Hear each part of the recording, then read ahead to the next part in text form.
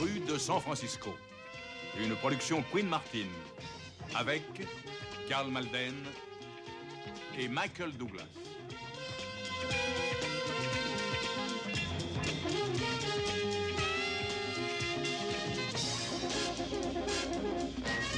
Avec William Smithers, Sharon Acker, Lynn Martha, Dean Stockwell.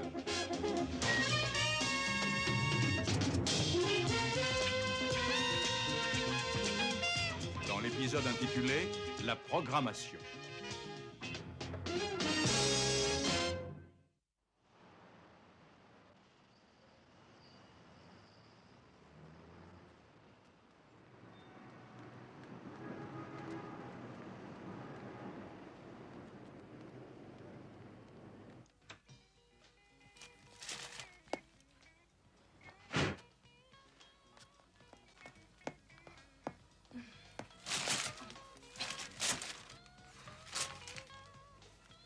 Marlène, tu es là?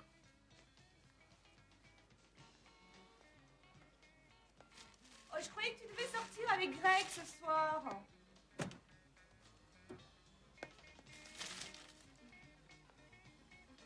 Et lève un peu le son, j'aime bien ce rythme-là. Marlène, tu pourrais répondre quand même.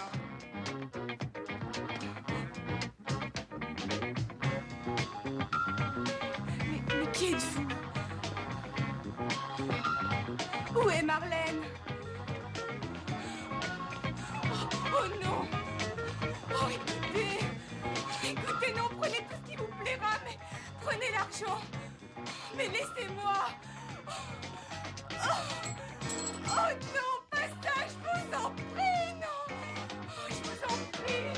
Oh non.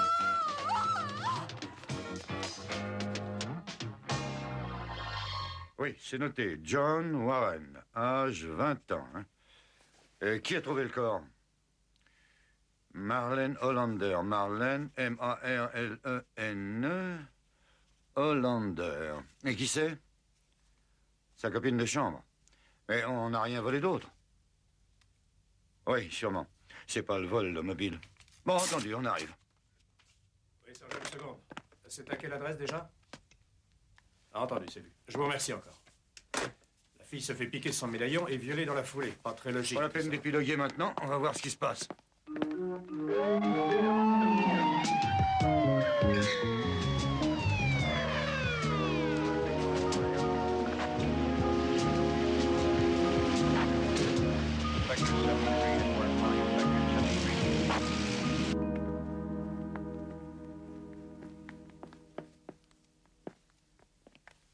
Mademoiselle Hollander, lieutenant Stone et l'inspecteur Keller de la criminelle. Bonjour. Ça ne vous dérange pas si on va jeter un coup d'œil là-bas, dans la chambre? Allez-y. Ils n'ont même pas voulu que je mette un drap sur elle. Et maintenant, je vois des tas de gens arriver et qui fouillent partout. Ah, c'est le métier qui veut ça. Vous étiez très amies, toutes les deux, je suppose. Naturellement, vous connaissez les hommes avec qui elle sortait. Le sergent m'a demandé les noms déjà. Il n'y en avait pas beaucoup. Elle ne recevait jamais personne ici? Oh, pas son genre du tout. Elle n'a jamais eu d'histoire. Mais elle a reçu, la semaine dernière, un drôle de coup de fil. Comment ça? Elle n'a pas osé me donner de détails. C'est quelqu'un qui débitait des obscénités. Des cochonneries. Je lui avais dit d'appeler la police, mais elle n'a pas voulu, elle avait honte. Si j'avais su, je l'aurais appelé. J'aurais dû l'appeler moi-même. J'aurais dû l'appeler. Tout ça, c'est ma faute. Mais non, vous n'y êtes pour rien.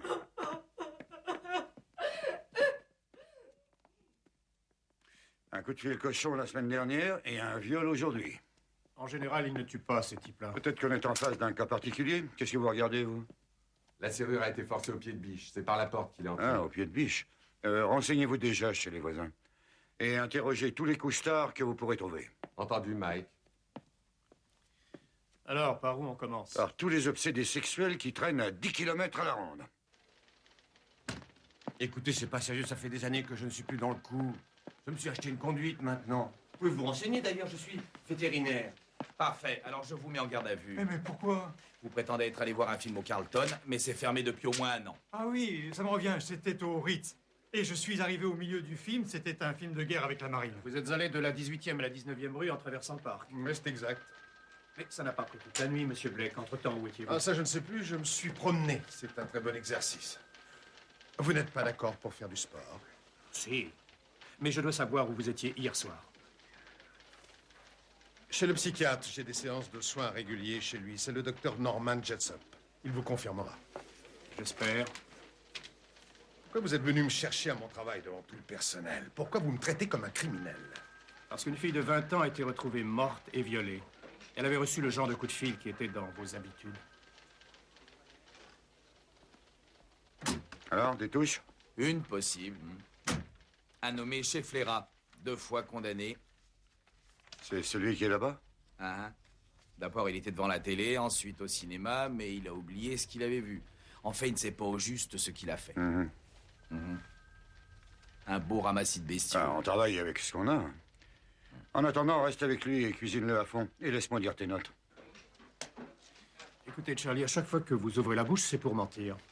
Si vous me disiez la vérité maintenant. Bon, d'accord, j'étais avec une fille. Alors pourquoi vous ne l'avez pas dit tout de suite?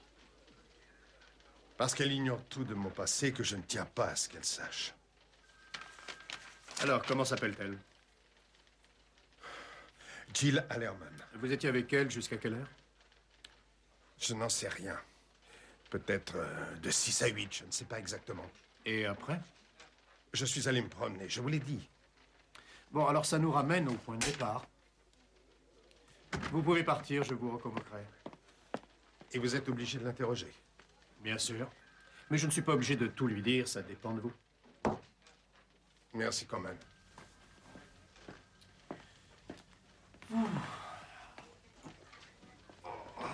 Tu le sens comment, celui-là? Je le sens comme tous les autres. Tout est possible, mais on est à côté de Non, la je plaque. demande seulement si ton type est possible. Il l'est. Le docteur Jessup pour Charlie Blake, s'il vous plaît. Non, non, non, non, c'est avec lui que je veux parler. S'il vous plaît, dites-lui que c'est très urgent. Docteur Jessup? J'ai déjà quelqu'un en ligne. Alors, Charlie, que se passe-t-il? Écoutez, excusez-moi, mais j'ai un emploi du temps très chargé. Il faut absolument que je parle à quelqu'un, docteur. J'ai déjà plus de travail en ce moment. Et la police est en plus sur mon dos. Et l'agent de probation est actuellement en vacances. Je crois que je ne vais pas tenir le coup. Entendu, vous allez prendre un calmant en attendant et vous me retrouvez ici dans 1 heure, d'accord? Entendu, j'y serai. Excuse-moi, chérie.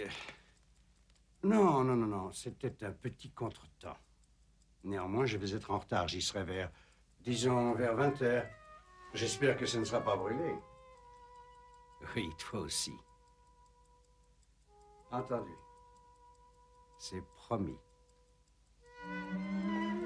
Ne me dis pas que tu téléphonais à ton frère. Mais bien sûr, j'y pense. C'est peut-être un de ces camionneurs en cours de traitement pour une névrose. Ils adorent les mots tendres, ces chéris.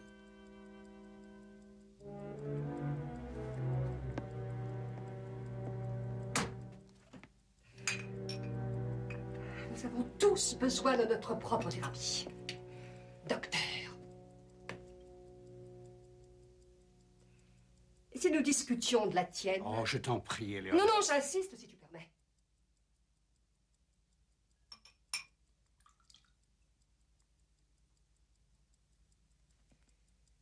Tu vas la rappeler, Norman, et lui dire que ce soir, le docteur est occupé. J'aimerais assez que tu me laisses travailler. J'attends un malade, il doit arriver dans 2 minutes. Appelle-la, Norman.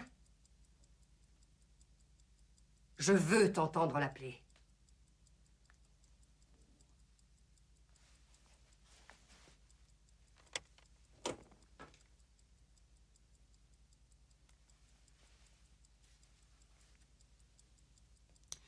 Ici le docteur Jessup. Je suis obligé d'annuler notre rendez-vous prévu pour ce soir. J'en suis désolé. C'est exactement ça, ma petite chérie. Mettez-vous ça dans la tête. Et c'est terminé maintenant, les dîners! Complètement folle!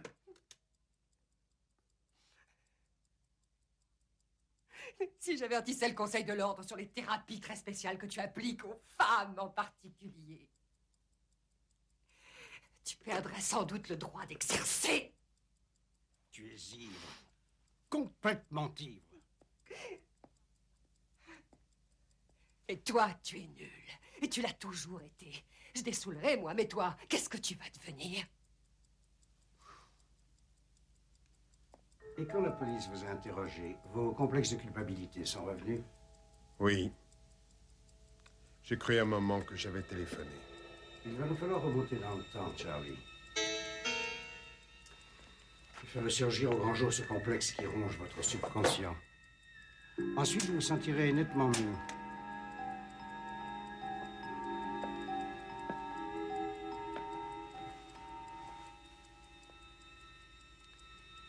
Je veux que vous simuliez un appel téléphonique. Vous allez faire semblant de composer le numéro d'une femme. Et lui tenir le langage que vous lui teniez. Vous vous rappelez autrefois, il y a 3 ans, quand vous étiez si perturbé. Allez-y, laissez parler vos sentiments.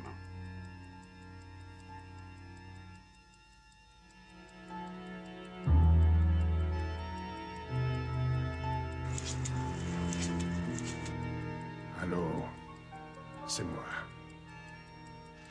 Mon nom, mais c'est sans importance. Je vous connais. Je vous observe déjà depuis longtemps, très longtemps. Et je vous trouve magnifique. Vos jambes. Votre corps. J'ai envie de vous.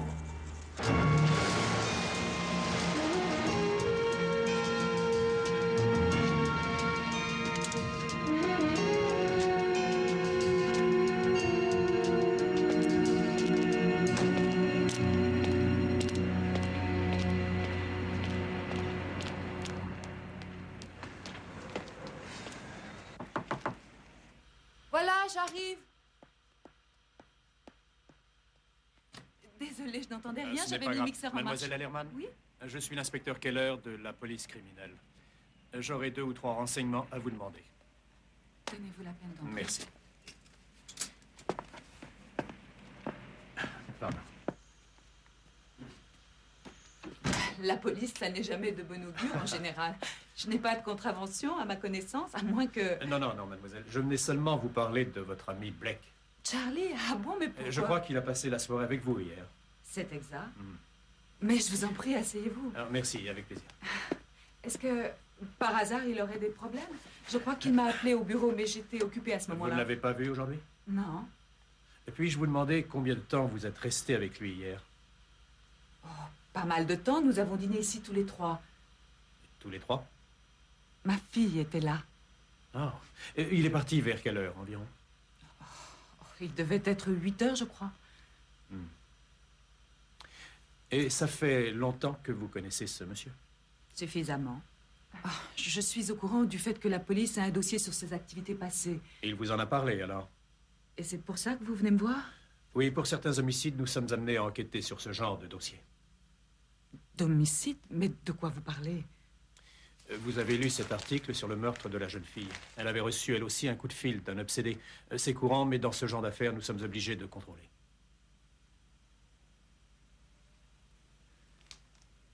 On l'a tué hier soir? Comme vous voyez. Oh, Charlie, oh non!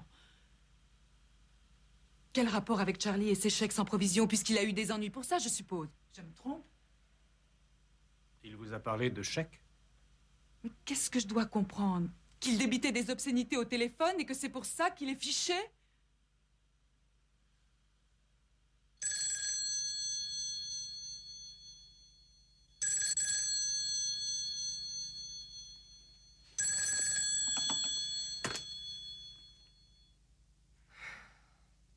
Allô?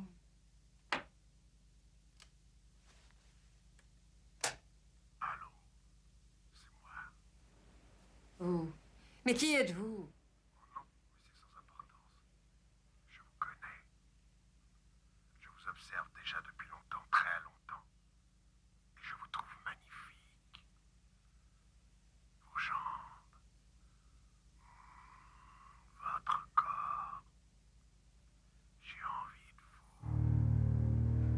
Et comme voulez-vous? Qui êtes-vous? Mais qui êtes-vous?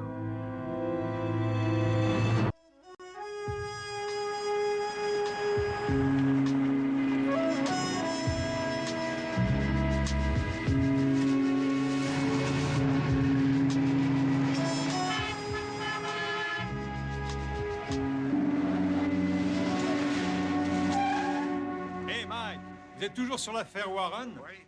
J'ai quelque chose qui pourrait peut-être vous intéresser. Un coup de fil d'un malade à une nommée Jessup. Ça vous dit quelque chose? Non, rien du tout. Vous nous envoyez un rapport à tout hasard. Et attendez, bougez pas. Comment vous dites qu'elle s'appelle? Jessup, Eleanor Jessup. Et son mari est psychiatre. C'est bien ça, il s'appelle Norman. Intéressant, salut. Et alors?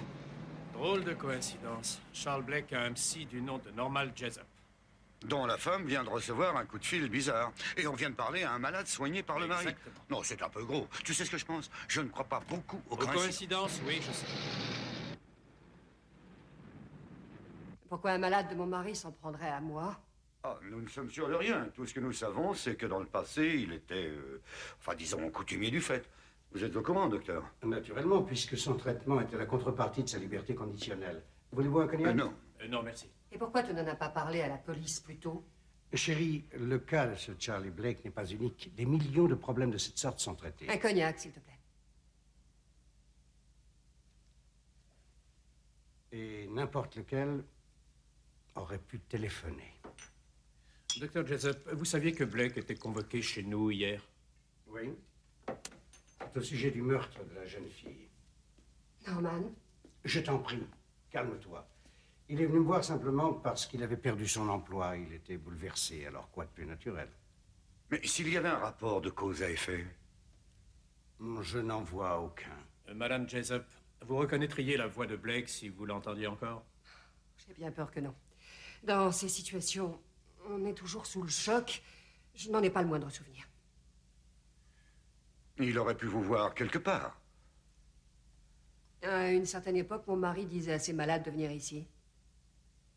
Je pense qu'il a dû venir une ou deux fois. Et vous n'avez pas jugé utile de le signaler à l'autre inspecteur? Non. Le cas pathologique pour nous, c'est Blake. Tous les rapports entre un malade, quel qu'il soit, et son psychiatre sont basés sur la confiance. La confiance réciproque, ou faute de quoi la thérapie risque d'être totalement inefficace. Soyez sûr que, sur le plan professionnel, le docteur n'est guère disposé à divulguer la totalité de ses secrets. Oui, je m'en doute. Eh bien, je vous remercie de votre accueil. Finalement, je suis sûr qu'il ne s'agit que d'une coïncidence. Mes hommages, madame. Au revoir. Je vous raccompagne.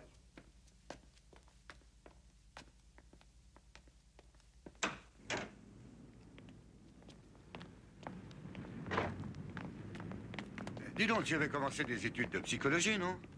Oui, pendant 2 ans, mais Eh ben, après... c'est parfait, tu vas avoir l'occasion de t'améliorer. Et aux frais de la princesse. Tu vas interroger l'agent de protection de Blake, ses ex-employeurs, enfin, tout le bazar. Hein. Timeo, Danaos et Donas Ferentes. Attends, répète-moi ça. Méfiez-vous surtout des présents des Grecs.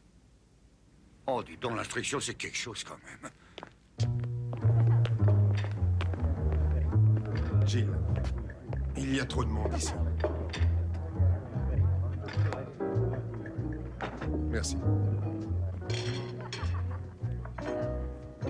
Tu comprends, c'est trop bruyant pour discuter. Si on allait ailleurs. Non, j'aime autant pas. Pourquoi? J'aime autant rester là. Écoute, Jill, j'ai été malade, c'est vrai. Mais c'est fini maintenant. Je n'aurais jamais eu l'idée de recommencer ça. Maintenant, c'est exclu. Je t'en prie, Jill, il faut me croire. Mais je voudrais te croire. Comment te le prouver, alors?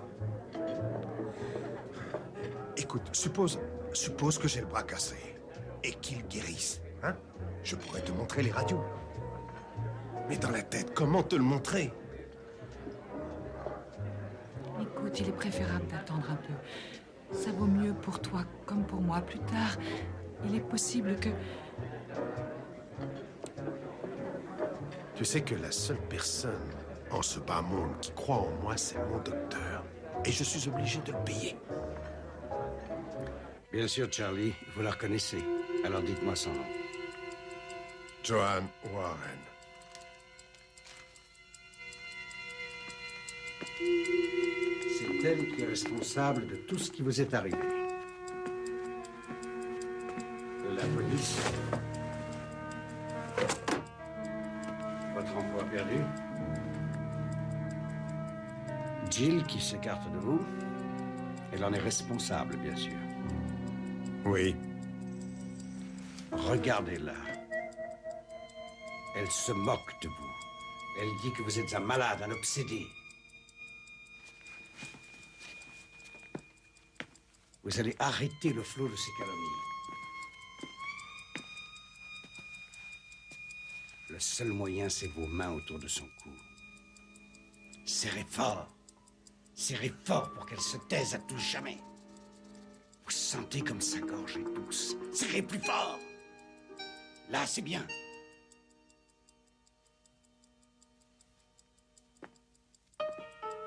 Maintenant...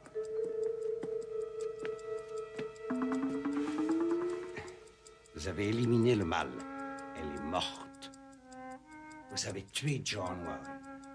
Dites-le, vous guérirez. C'est le seul moyen. J'ai tué Joanne Warren. Très bien. Je vous autorise à vous reposer et à vous détendre. Détendez-vous, Charlie. Vous vous sentez bien parce que vous avez dit la vérité. Et vous vous sentirez mieux encore après en avoir parlé à la police. Dites-le. Oui, je me sentirai mieux.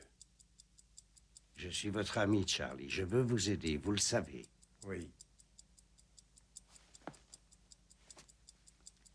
Très bien.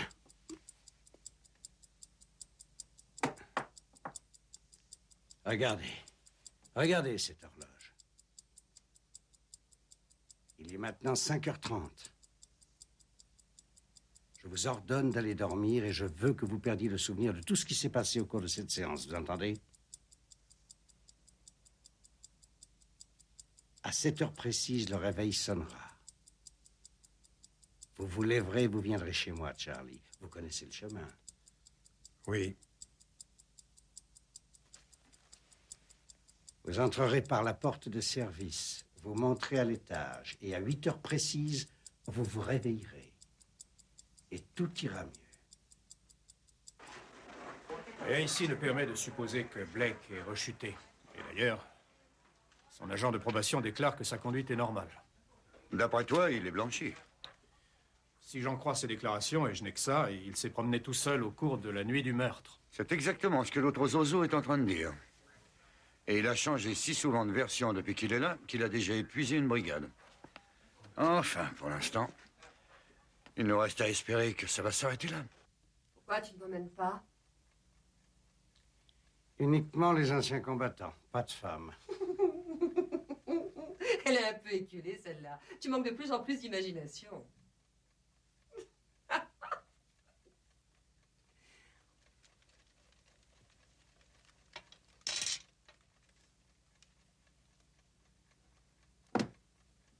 Alors, je te dégoûte à ce point-là. Non, Eleanor, mais je n'ai pas le temps de discuter.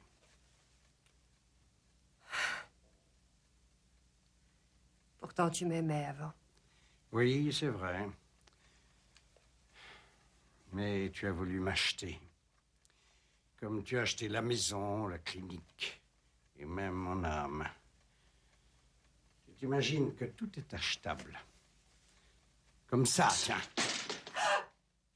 Mais ça valait une fortune! Oh! Oh, mais regarde! Oh! Mais tu as vu ce que tu as fait? Oh, ça n'a plus aucune importance maintenant. On n'en aura plus besoin.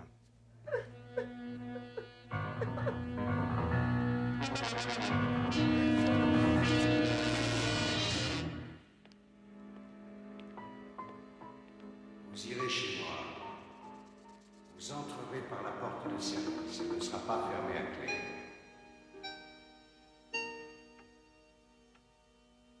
Maintenant, montez à l'étage.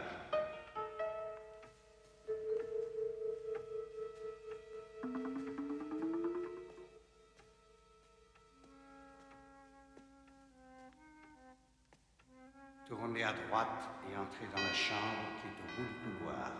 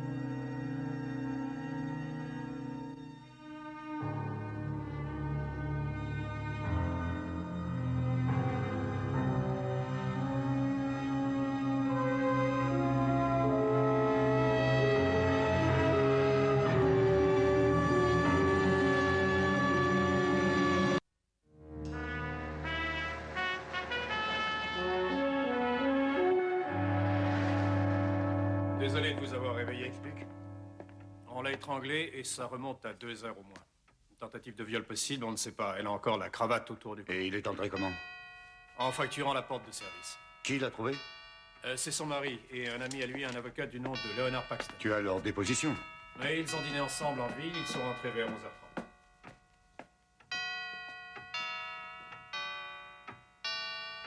Oui, je suis avec Norman. On se verra demain matin au bureau, disons 9h. Merci. Maître Paxton? Lieutenant Stone de la criminelle. Content de vous connaître. Ça l'affaire, n'est-ce Oui, pas? plutôt. Je crois savoir que vous avez dîné avec le docteur Jessup ce soir. Nous étions ensemble, oui. J'ai déjà dit à votre inspecteur le peu que je... Ça vous ennuierait de me le répéter? Bon. Je suis passé prendre Norman vers 7h à peu près. Eleanor n'était pas très bien, alors nous sommes allés à notre club boire un verre. Ensuite, on a dîné. Je me souviens avoir entendu la pendule sonner en revenant, donc il devait être 11h30. Norman est monté pour prévenir Eleanor que nous étions là. J'ai entendu Norman crier, alors je suis monté. Et j'ai vu Eleanor. Ça va mieux?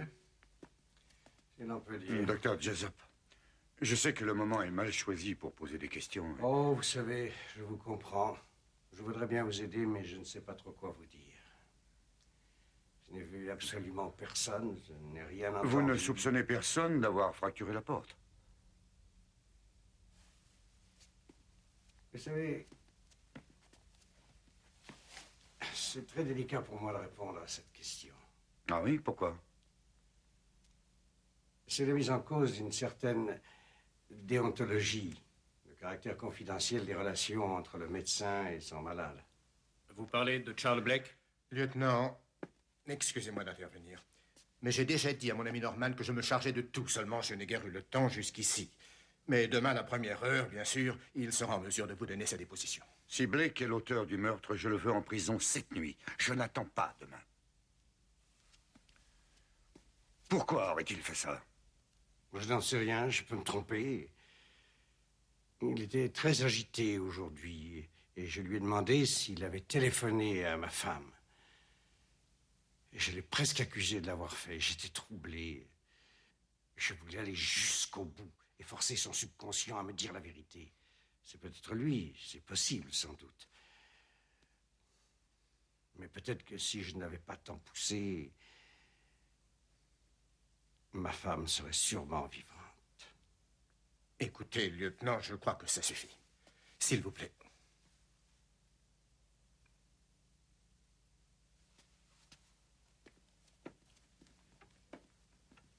Je vous téléphone demain matin. J'attendrai. Excusez-moi, maître, mais est-ce que c'est le docteur Jessup qui vous a demandé d'entrer ce soir? Non, c'est moi qui ai insisté.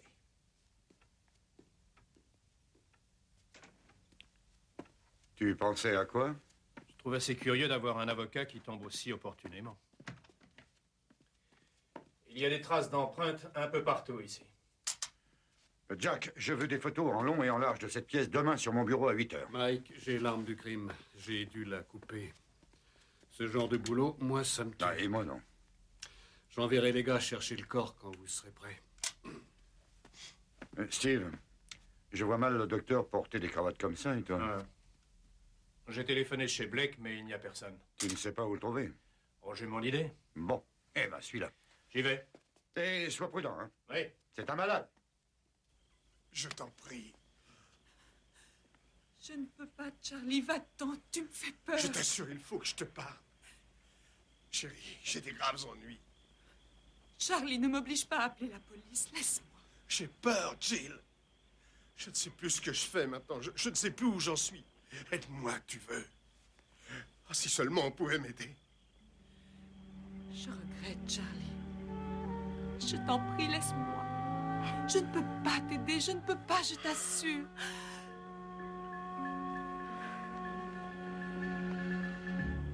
Ça n'en vaut pas la peine, c'est ça. Je ne t'intéresse plus. Je ne t'en veux pas, tu sais, Jill. Pas du tout.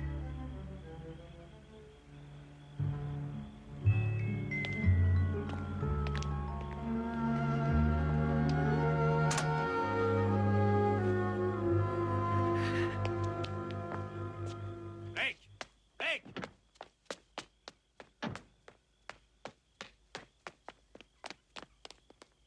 Blake!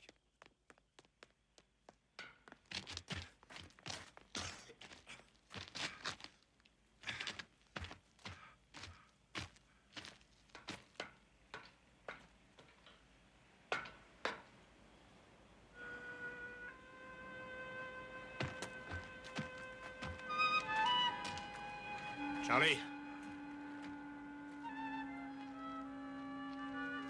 On ne bouge plus, Charlie.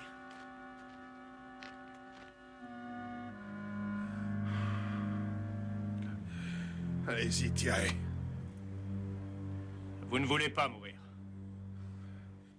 Je ne veux plus vivre non plus.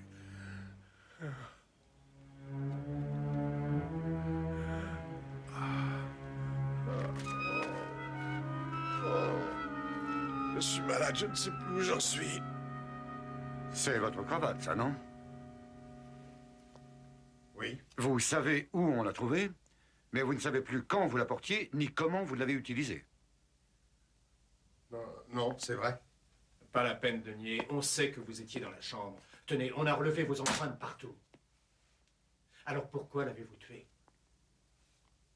Pourquoi, Charlie? C'est parce qu'elle se moquait de moi.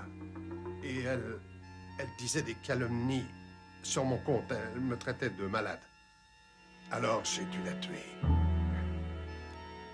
J'y étais obligé pour qu'elle se taise. Et la peau de son cou était douce. Je m'en rappelle bien maintenant quand je le serrais fort.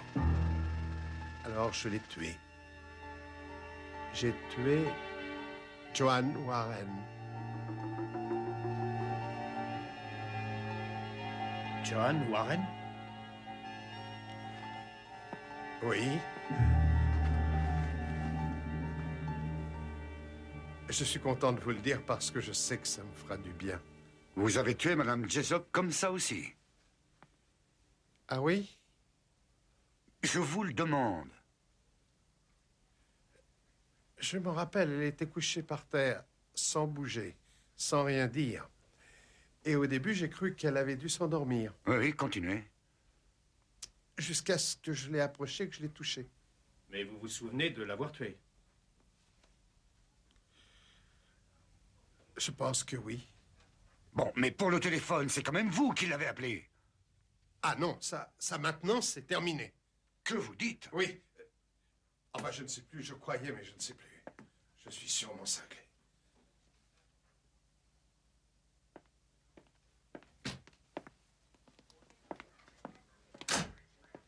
Vous pouvez relâcher votre débile.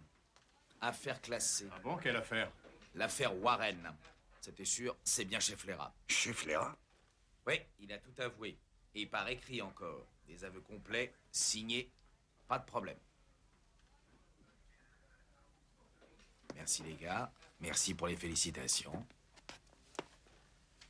Bob, nous aussi, on a les mêmes aveux. Quoi? Oui, exactement. Et il y en a forcément un qui raconte des histoires.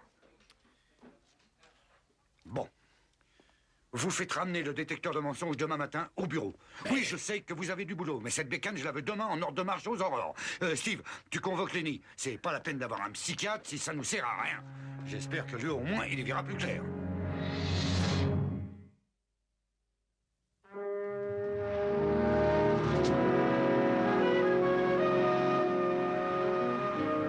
Vous aviez regardé l'heure? Oui. Quelle heure était-il? 5h30. Je me souviens de l'horloge avec le moine dessus. Vous aviez dit qu'il était 8 heures. Ah oui, oui, c'est exact. Y avait-il de la lumière ou non? Non. Mais quand vous l'avez vue, où était-elle?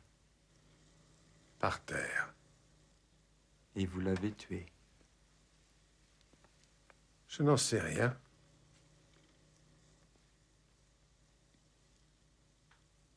Vous vous appelez Charles Blake?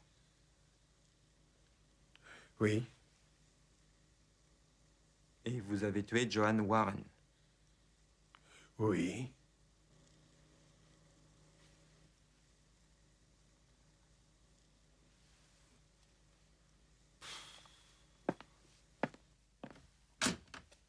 Il dit la vérité.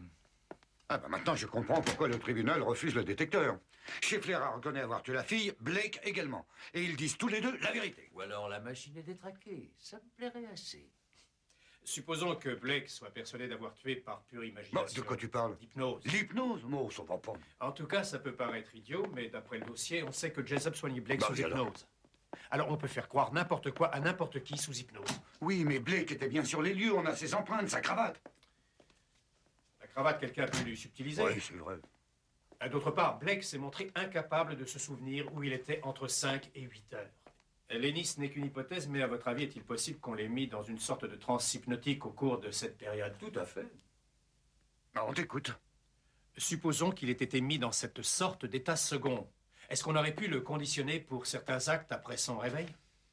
C'est concevable, bien sûr, mais sous réserve d'être très réceptif. C'est presque pathologique. C'est vous deux qui relevez de la pathologie.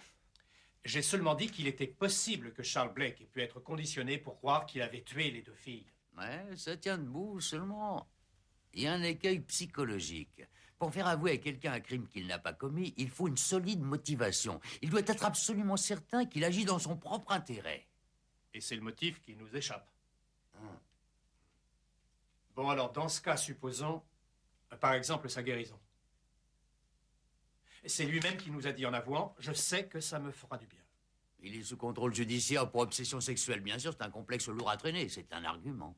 Mais qui a pu appeler Madame Jessup? C'est pas le mari, c'est évident. Non, non, non, je suis sûr qu'au téléphone, c'était Blake, ou du moins sa voix. Mais sur enregistrement. Chez Jessup, rappelez-vous toutes ces cassettes sur les planches. C'était les enregistrements des séances thérapeutiques. J'ai vu les noms des malades. Ça m'a amené à penser à Jessup comme suspect possible. Oui, la criminelle, lieutenant Stone.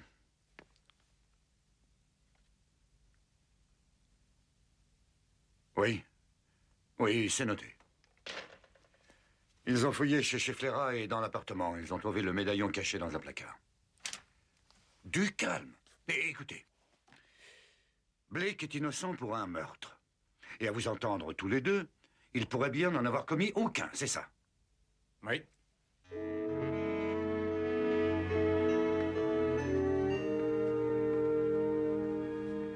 Vous espérez trouver quoi? Bah, et toi? Je ne sais pas, n'importe quoi, je cherche. J'ai beau regarder ces photos, le lit, la lampe, la pendule cassée qui marque 8 heures pile, qui prouve que Jessup n'était pas là. C'est curieux. Ah oui, pourquoi? Blake, il avait parlé d'un moine sur l'horloge.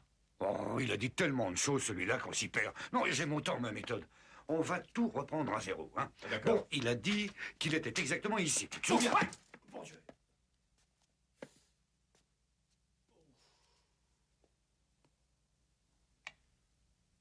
Recommence. Bah, allez-y, vous. S'il te plaît, recommence, je te le demande. Je vais m'électrocuter. Ne sois pas idiot. Mets ton doigt dessus tout de suite.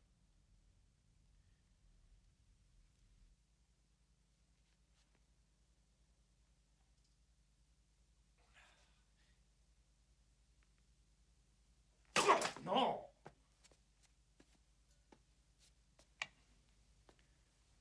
C'est ça. Tu as saisi. Le commutateur allume toutes les lampes excepté cette lampe-là. Cette lampe-là est indépendante des autres. J'espère que vous vous rendez compte que nous frôlons l'illégalité. Ben, c'est pour ça que j'ai fait venir le juge d'instruction. Ah, Monsieur Kaiser, entrez. Monsieur Kaiser, voici le docteur Murchison. Enchanté. Notre psychiatre. Charlie, nous sommes prêts. Et vous? Pour l'instant, je n'ai pas donné mon accord. J'ai encore des questions à vous poser. Et nous allons essayer d'y répondre.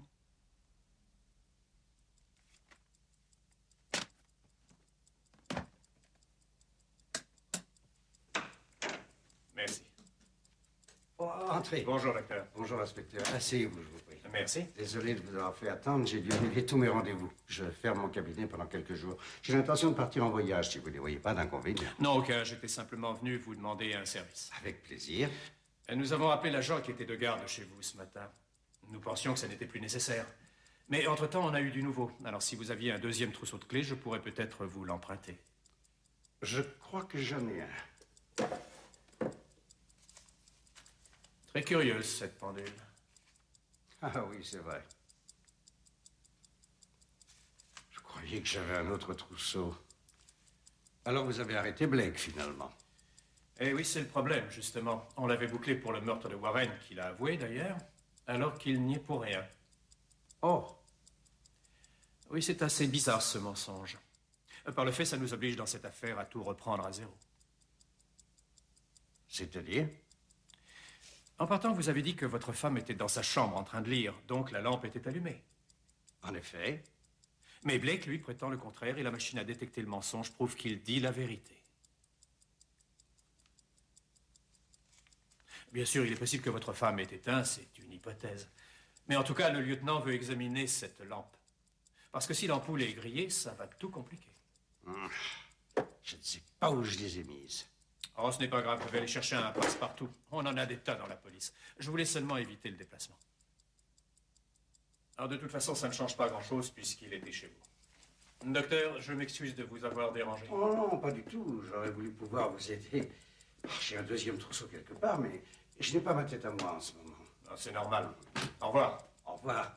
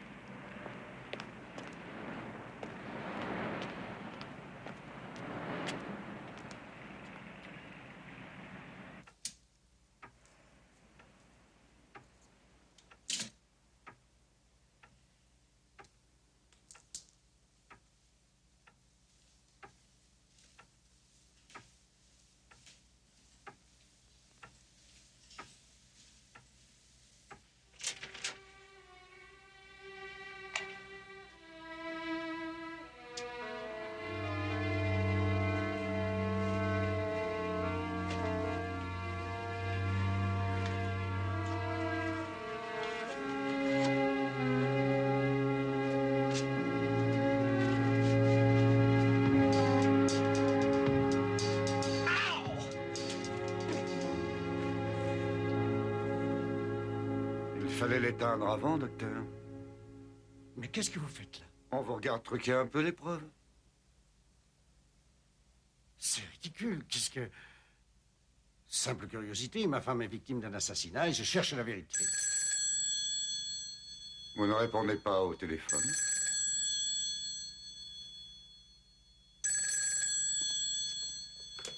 Allô? Docteur, c'est pour vous.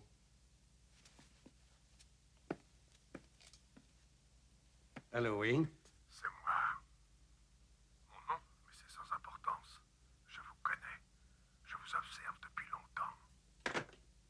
Ça vient de mon bureau. C'est illégal. Vous ne pourrez jamais utiliser ce genre d'enregistrement contre moi. C'est confidentiel. Mon avocat vous le dira. Non, pas du tout. Ils n'ont jamais forcé ton bureau, c'était inutile. Ils ont seulement joué à ton jeu en enregistrant la voix de Blake, mais avec son plein accord cette fois. Tu es mon avocat et ton devoir, c'est de me défendre. Norman, surtout ne me dis pas où est le devoir. Tu es plutôt mal placé. En tant qu'avocat, je te conseille de te taire pour l'instant. En tant qu'ami de toi et de ta femme, je te conseille de prendre maintenant un autre défenseur. Lis-lui ses droits.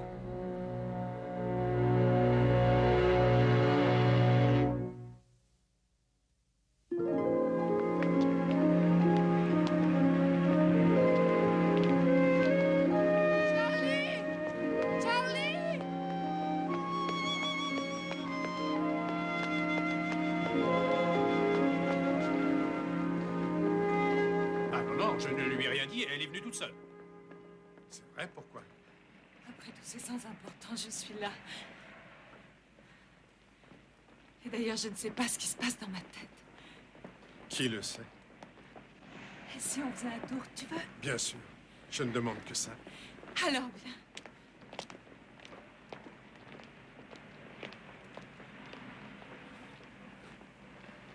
Jessup était si malin que j'ai cru qu'on ne l'aurait jamais. Eh oui, ce sont les plus malins qui en général commettent les erreurs les plus énormes. Mais quand l'avez-vous soupçonné? En même temps que toi. Non, il y avait trop de coïncidences dans tout ça. L'avocat, le témoin idéal, et cette cravate bien en vue. Le malade qui au départ était déjà suspect. Trop gros, trop ambigu. Tu veux que je te dise, c'est la psychologie qui nous a permis d'élucider cette affaire. Et j'ajouterais mon flair légendaire. Vous et la psychologie? Exactement. Tiens, écoute, laisse-moi réfléchir un petit peu. Generasus animus labor lata. Combien de temps pour apprendre les pages roses du dictionnaire? Idiot.